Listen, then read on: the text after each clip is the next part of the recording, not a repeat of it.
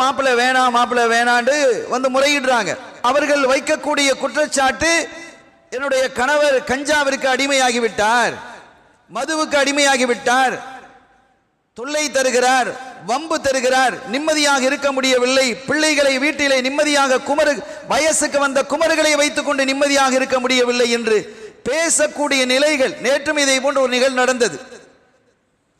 நாம் மிகவும் விழிப்புணர்வோடு இருக்க வேண்டும்.